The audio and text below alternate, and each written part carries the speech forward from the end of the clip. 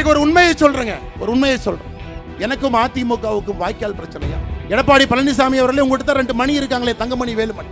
தவழ்வதை பற்றி, ஒருத்தருடைய காலை பிடிச்சு கட்சி ஆட்சிக்கு வர்றதை பத்தி, மக்களால் தேர்ந்தெடுக்கப்படாம மாசம் எம்எல்ஏக்கு பணம் கொடுத்து முதல்வர் நாட்காலில் அமர்ந்திருக்கக்கூடிய எடப்பாடி பழனிசாமி, தயவு செஞ்சு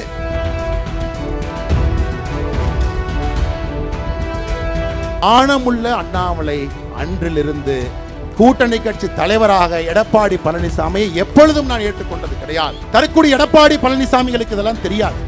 இன்னைக்கு ஒரு உண்மையை சொல்றேன். எதற்காக எனக்கும் அதிமுகவினுடைய தலைவர்களுக்கும் சண்டை? இதனை தனிப்பட்ட வாக்கியால் பிரச்சனையா? மேடையில் நிறைய தலைவர்கள் இருக்கிறாங்க, அதிமுகவோடு கூட்டணி வேண்டும் என்று சொல்லக்கூடிய தலைவர்கள். எனக்கும் அதிமுகவுக்கும் வாய்க்கால் பிரச்சனையா?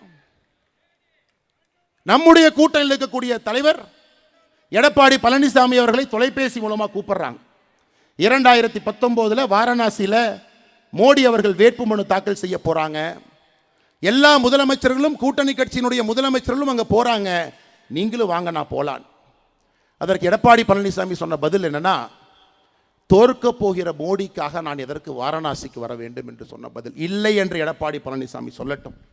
என்னுடைய தலைவனை பற்றி எப்படி எடப்பாடி பழனிசாமி அன்று பேசினாரோ, மானமுள்ள அண்ணாமலை அன்றிலிருந்து கூட்டணி கட்சி தலைவராக எடப்பாடி பழனிசாமியை எப்பொழுதும் நான் ஏற்றுக்கொண்டது கிடையாது. தவழ்வதை பற்றி, ஒருத்தருடைய காலை பிடிச்சு கட்சி ஆட்சிக்கு வர்றதை பத்தி, மக்களால் தேர்ந்தெடுக்கப்படாம மாசம் எம்எல்ஏக்கு பணம் கொடுத்து முதல்வர் நாட்காலில் அமர்ந்திருக்கக்கூடிய எடப்பாடி பழனிசாமி, தயவு செஞ்சு இந்த விவசாயினுடைய மகன் அண்ணாமலைக்கு நீங்கள் பாடம் எடுக்க வேண்டாம். எப்படி வர வேண்டும், எப்படி அரசியல் இருக்க வேண்டும், எப்படி செய்ய வேண்டும் என்கின்ற பாடம் எடுக்க வேண்டும். நான் உண்மைதான் பாரதிய ஜனதா கட்சியில் கிளை தலைவராக நான் சேரவில்லை. உண்மைதான் நான் ஒன்றிய தலைவராக நான் பணியாற்றவில்லை. உண்மைதான் நான் மாவட்ட தலைவராக பணியாற்றவில்லை. நான் இந்த கட்சியிலே உங்களை போன தொண்டனாக சேர்ந்தது முதல் 2 திராவிட கட்சிகளையும் அப்புறப்படுத்த வேண்டும் என்பதற்காக. 2வது, மோடியினுடைய ஆட்சியை தமிழகத்திற்கு கொண்டு வர வேண்டும் என்பதற்காக. 2 தான். ஒருவருக்கு பாரதிய ஜனதா கட்சியில் ஒரு ஈர்ப்பு இருக்கலாம். அத்வானி ஐயா, வாஜ்பேயி ஐயா, ஷாம் பிரசாத் முகர்ஜி ஐயா, எல்லோருக்கும் ஒரு ஈர்ப்பு இருக்கும்.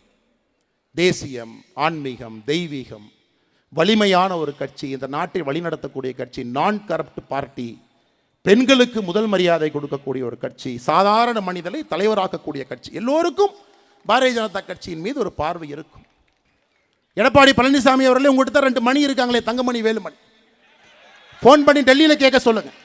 கட்சியில் சேர்ந்த பொழுது நிபந்தனை இல்லாமல் இந்த கட்சியில் சேர்ந்த தொண்டனாக எந்த ஒரு பொறுப்பு வேண்டும் கேட்கவில்லை, பதவி வேண்டும் கேட்கவில்லை, ஒன்றை விட்டு வந்திருக்கின்றேன் என்று சொல்லி காட்டவில்லை. 2 திராவிட கட்சிகளும் தூக்கி எறிய வேண்டும் என்றால் பாரதிய ஜனதா கட்சியில் தொண்டராக இருக்க வேண்டும் என்று வந்தேன். எனக்கு பாரதிய ஜனதா கட்சியின் மீது இருந்த பார்வை, தமிழகத்தில் 2 திராவிட கட்சிகளையும் தூக்கி எறிய வேண்டும் என்றால் அதற்கு பாரதிய ஜனதா கட்சியால் மட்டும்தான் முடியும். இந்த கட்சியிலே தொண்டனாக சேர வேண்டும் என்பதற்காகத்தான் இந்த கட்சியில் நான் தொண்டனாக சேர. இந்த கட்சி எப்படி எல்லா தொண்டர்களுக்கும் ஒரு பொறுப்பு கொடுக்குதோ அதுபோல்தான் எனக்கும் ஒரு பொறுப்பு கொடுத்திருக்கு. இது பெரிய பொறுப்பு, சின்ன பொறுப்பு கிடையாது. உங்கள் கட்சியில் வேணால் மேடையின் மீது அமர்ந்திருக்கிறனால நீ பொதுச் செயலராக இருக்கலாம். ஆனால் எங்கள் கட்சியில் மேடையின் மீது நான் அமர்ந்திருப்பனால் இவர்களுக்கு நான் சேவகம் செய்யக்கூடிய சேவகன். அதான் எங்கள் கட்சிக்கும் அடிப்படையில் உங்கள் கட்சிக்கும் இருக்கக்கூடிய அடிப்படை வித்தியாசம். தரக்கூடிய எடப்பாடி பழனிசாமிகளுக்கு இதெல்லாம் தெரியாது. அதனால தான் அன்பு சகோதர சகோதரிகளே, ஆட்சிக்கு வர வேண்டும் என்று நீங்கள் நினைத்தால் தெளிவாக இருக்க வேண்டும். 2 திராவிட கட்சிகளையும் ஒழித்து கட்ட வேண்டும். தெளிவாக இருக்கணும். நம்ம சிந்தனையில் எந்த விதமான தேக்கம் இருக்கக்கூடாது. தெளிவாக இருக்க வேண்டும். 2 பேரையும் ஒழிச்சு கட்டணும். 2 பேரும் நமக்கு பரம் எதிரிகள். என்ன, திமுக கொள்ளையடிச்சு அவனுடைய கட்சிக்காக சொந்தக்காரங்கிட்ட ஆடிட்டரை வச்சு சேர்த்து வைப்பான். எடப்பாடி பழனிசாமி அவர்கள் தன்னுடைய சம்பந்தி மூலமாக கொள்ளையடிச்சு அவர் ஒரிசால, பீகாரில், ஜார்க்கண்டில், மைன்ஸில் சேர்த்து வச்சுக்குவார். 2 பேருக்கும் அடிப்படை வித்தியாசம் இவ்வளவுதான். மற்றபடி இந்த கட்சிக்கு பெரிய வித்தியாசம் எதுவும் இல்லை.